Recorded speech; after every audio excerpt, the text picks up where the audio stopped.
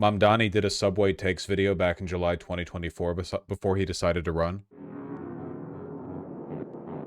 So what's your take? Eric Adams is a terrible mayor, and he's single-handedly making life more expensive for New Yorkers.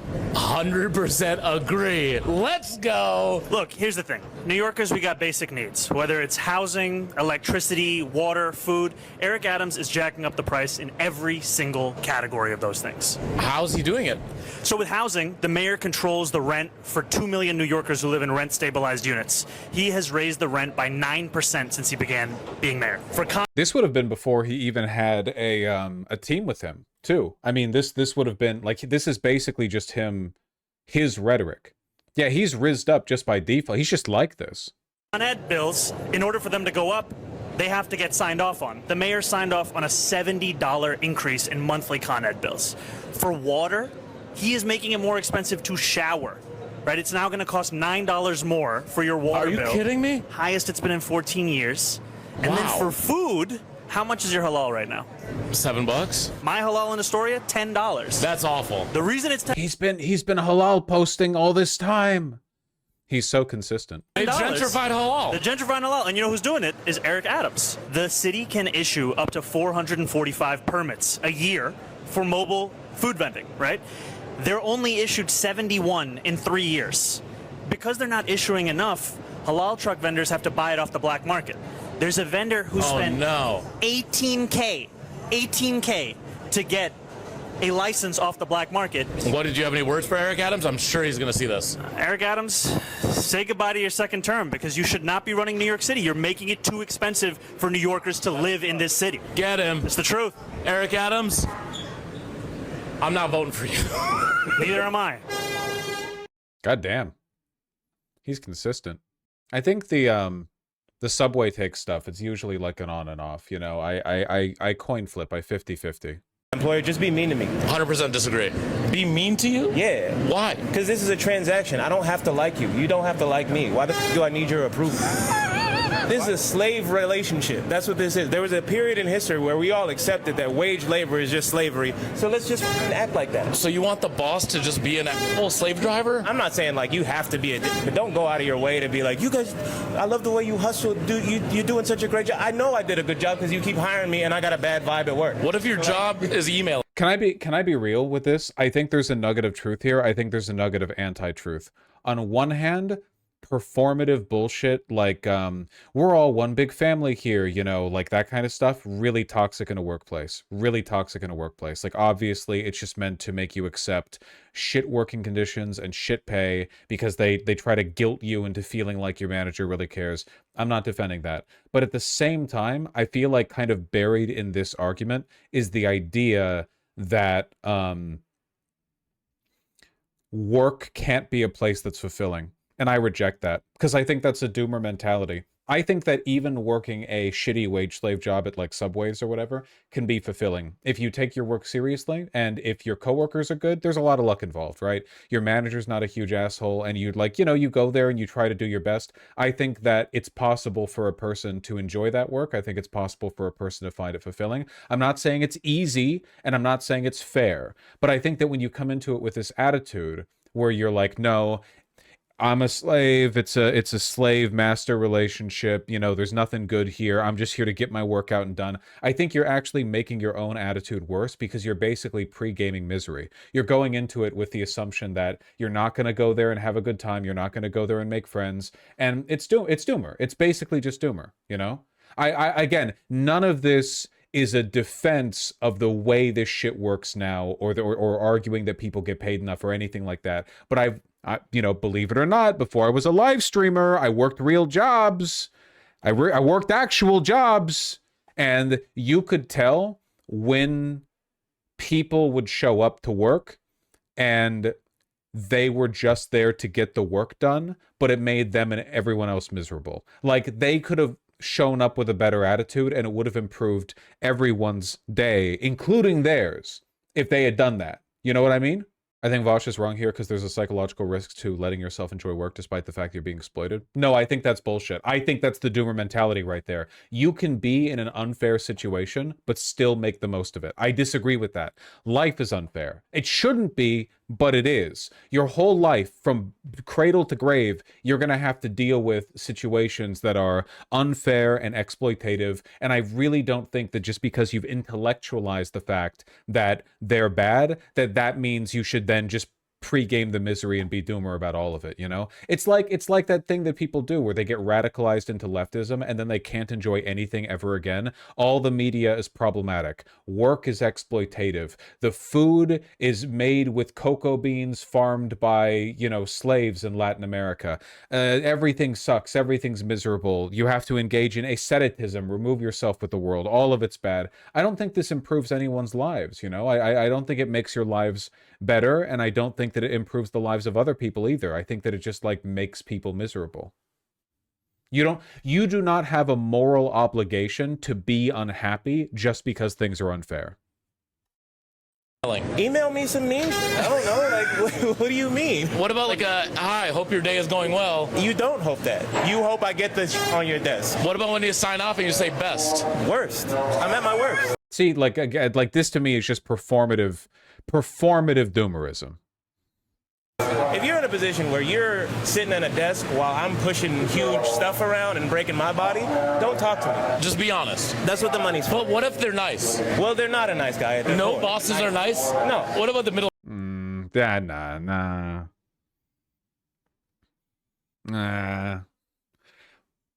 Maybe TMI, but I agree 100%. The mindset made me suicidal in my first job. Yeah, I've seen it happen to people, man. They get this like this idea in their head about how they're like they're upset and they're miserable about the unfairness in their life, and because they recognize that unfairness should be making them happy, they let it make them unhappy, and they rationalize that feeling, because now in their head it's like, okay, well, yeah, of course I feel that way because things are bad. They ought to feel that way. I don't need to challenge that negative feeling. I don't need to try to work on it or improve it or anything, you know? managers? You weren't mean enough to make it up to the top of the ladder. I'm sorry. Only mean people go up. Yeah, evil and useless people. It's reductive. It's reductive. Can you be mean back? Yes. Everybody just, it's a free-for-all. I want clarity in the relationship. And if this is a transaction, if you're paying me money for the labor that I'm putting, you're not paying me to be a nice guy.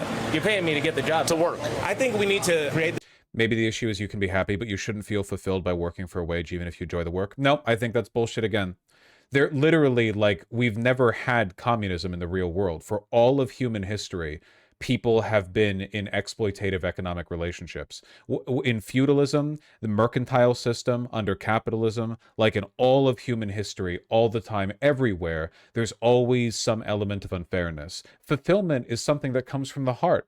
You're telling me that if you're like a blacksmith in 1672 France, just like autistically working on your helmet creation skills or whatever, you can't find fulfillment in that just because the Lord like gets to take 5 of your helmets every midwinter for as a you know, an additional tithe or something? No, I think that fulfillment is something you should chase regardless of your circumstances. One must imagine Sisyphus happy, TVH. I mean, just, it's good to pursue happiness, you know? The space for us to make an ideological break with the people that are oppressing us, and you know, in some cases those are the people that we work for. Yeah, his face is, it's all the, it's like, I became a leftist in the past 18 months. Not saying this guy did, but like, I became a leftist in the past 18 months. Everything is exploitative, so now nothing can be fun. Nothing can be good again. You know? The big problem is, I'm the boss. Yeah, how much you getting paid, right? He nice to you? See, that's fucked up. I feel like that's fucked up to me. Pretty nice guy. Yeah, but in this context, that's bad. Hey, turn the fucking camera off. Listen to me. Turn that off. There's darkness. We're done. There's darkness on this train We're done. right now. We're done. I can't do it. I'm sorry. Yeah, I don't know. Performative shit? Well, yeah, he's playing to the joke. What the hell? So what's your take? Every American should have to spend about a year in an active war zone. 100% disagree. Oh, really? Yeah, I don't know. That sounds like a little bit like the draft. Well, it's like a draft, but you go with no, like, weapons or protective gear. Oh, okay.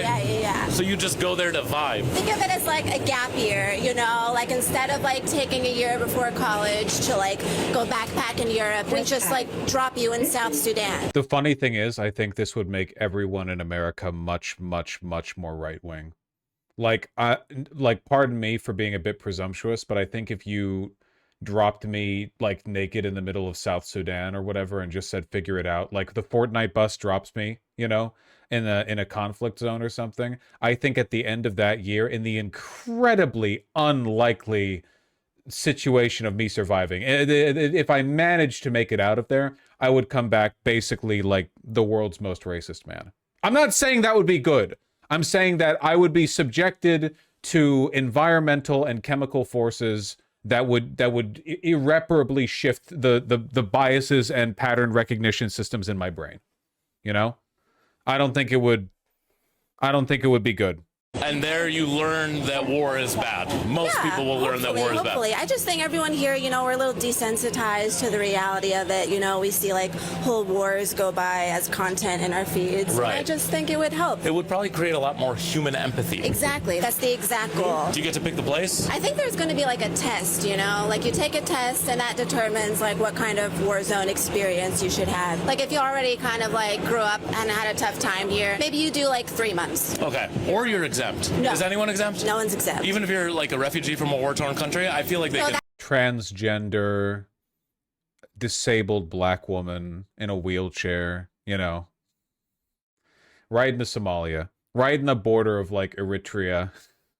That's an exemption. Okay, that's an exemption. That's the one exemption. We can exempt If you've that. already seen the war zone, you're good. And what do you do? Are you like helping at all? Maybe cooking? You get assigned a family, I think, and you just try to like make it. That's insane. I think it's just like we've done enough of like, you know, drinking in Ireland and like it's like, you know, and it's cool. You come back to college and you have like a fun icebreaker. Like, oh, what was your war zone like? You know, like it's a good way to bond with people. I think this would probably end a lot of wars. Absolutely. So I 100% agree. I've shifted my position. Wow. Send everyone to a gap year in a war zone. Yeah, I'm down with it. She's actually cooked. You motherfuckers take shit way too seriously.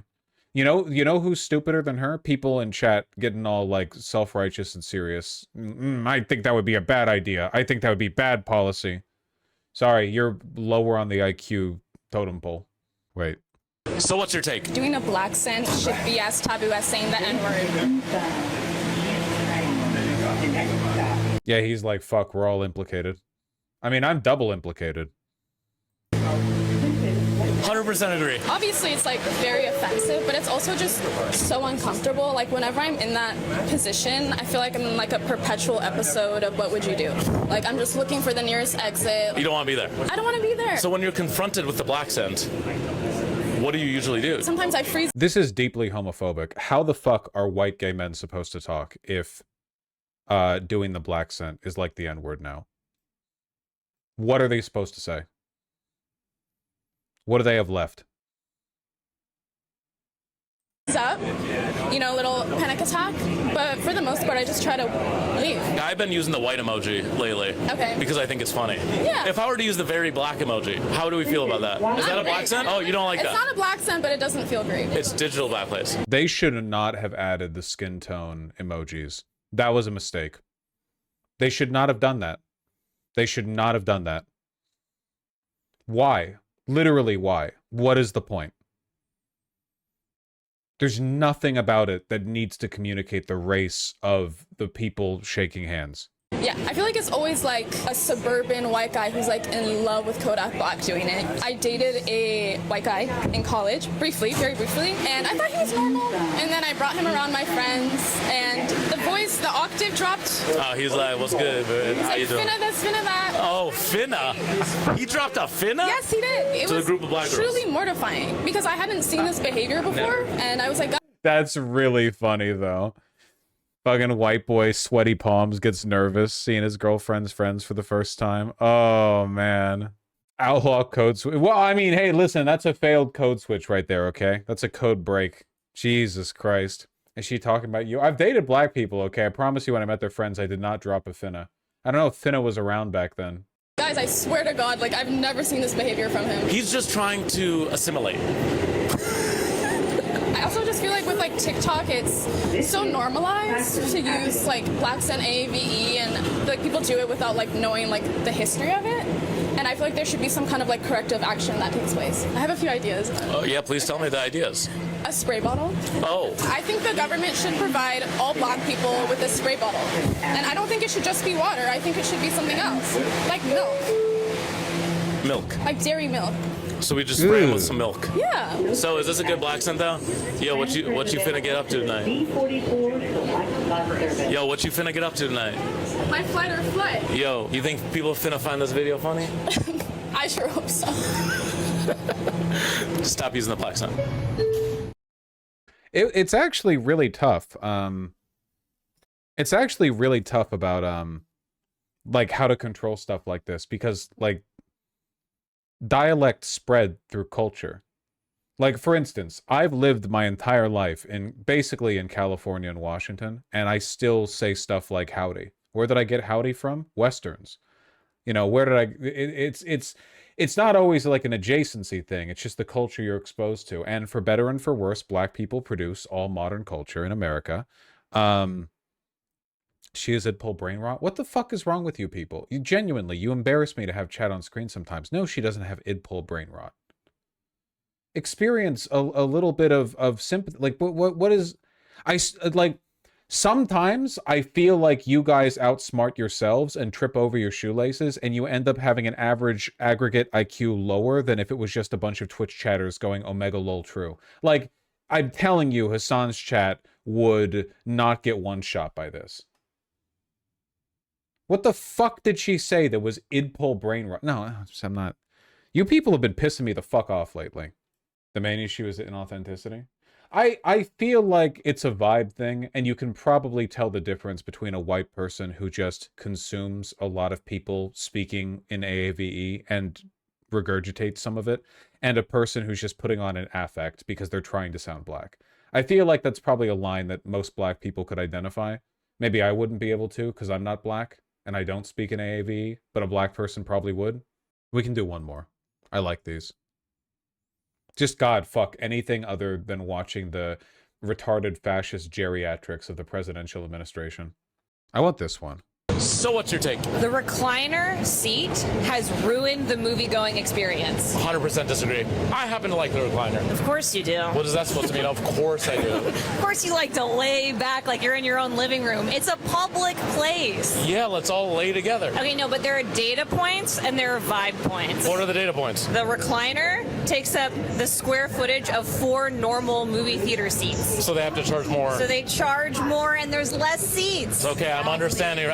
The vibe part about it, how are you gonna like accidentally brush your hand up against someone's leg if My opposition to recliner seats is that I'm opposed to people being comfortable. I think that people are too comfortable.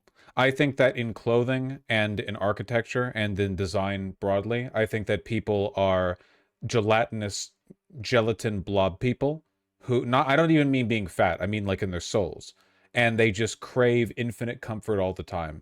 You should, when you're watching a new blockbuster movie, you should get to be reclining in like a big plushy chair. No, I don't think you should actually. I think the ergonomics should be solid, not necessarily like the comfort, okay? There's a difference. Experience some inconvenience. Let the sandpaper of life erode your rough exterior and reveal the beautiful sculpture within, okay? If you're on a first date or share popcorn or share a cheeky first kiss, it's so far away. That is true. First date at a recliner movie theater, you cannot. No, you can't do it. You can't do it because you need the. You need the. Wait, it starts with this. If we're in a recliner, it would be like.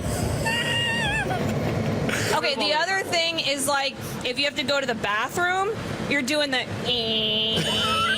Are you kidding me? Okay, the recliner did kill the vibe. I'll say that. The recliner killed the vibe. I'm selfish, and I'm like, You ever just think like how stupid we must look to the movie? Like if you look down and it's like all the people in the theater are just fucking flopped back on those seats, just an army of like fish people staring up at you, as opposed to like a noble, dignified row of seats. I'm old. I only want to go to the theater with recliners. But there are certain situations in which I would go to see a movie that has no recliners. Like when you go to an indie movie theater. Support the local indie cinema. I'm in. Here's the thing is that people can go to the indie cinema and also watch our movie. Oh yeah, we have a movie. Oh, okay. That's what they're doing the promotional thing for. I get you. I still see it. I think people should suffer more. I think people should suffer more. That's why they were so comfortable doing the like hand, the little hand thing. That's why. Of course, it's an ad. Hey, there's nothing wrong with self-promotion, okay? Like and subscribe.